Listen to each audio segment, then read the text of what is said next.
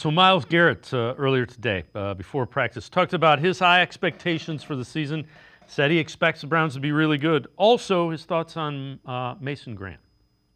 I have such high expectations for the team because I have such high expectations for myself. You know, the team's going to go as I go. I'm going to try to be the driving factor behind that and create a standard in which everyone has to chase every single day. Myles, what do you expect? Now you saw Mason Graham and OTAs, mini camp and all that.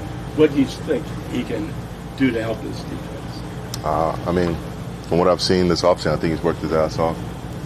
I've seen him in multiple different places, whether it's pass rush summit, Houston with Malik, back up here after that. He's put in the work and he's really dedicated to the craft. So I really believe that he'll get out there and make a hell of an impact, very early. So, Jacob, how confident are you that this defense can be top 10, top 5?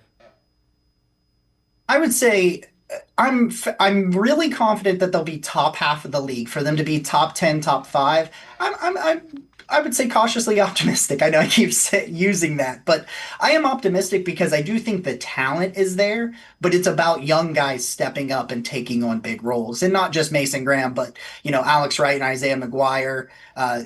Isaiah McGuire really established himself as a run defender. Can he take that next step as a pass rusher? What are they going to get opposite Myles Garrett? But you get a guy like Malik Collins, who I think is underrated, a pass rusher on the interior.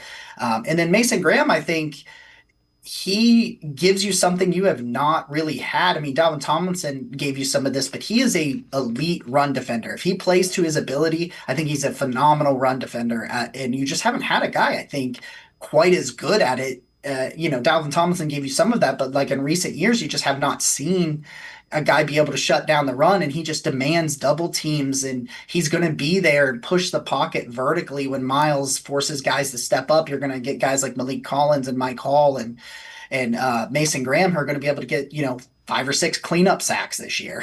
Between them somewhere there's going to be those opportunities, and you kind of got to hope that Martin Emerson can bounce back after a down year, because that's a big question, and Ronnie Hickman really needs to step up as the free safety. So they're betting on some of these guys that have shown you flashes and shown you they can be this. They just need to be that consistently. And if they take that next step, they have the talent to be a top 5 unit. I have no doubt about it, but it's just, there's some big ifs there right now. And it's just hoping that these young guys can take a step forward. And you hear that stuff about Mason Graham, one picture of him throwing up on the sideline, everybody wanted to call him a bust, but then all he's done since then is worked his tail off as a pass rusher, especially because we know what he can be as a run defender.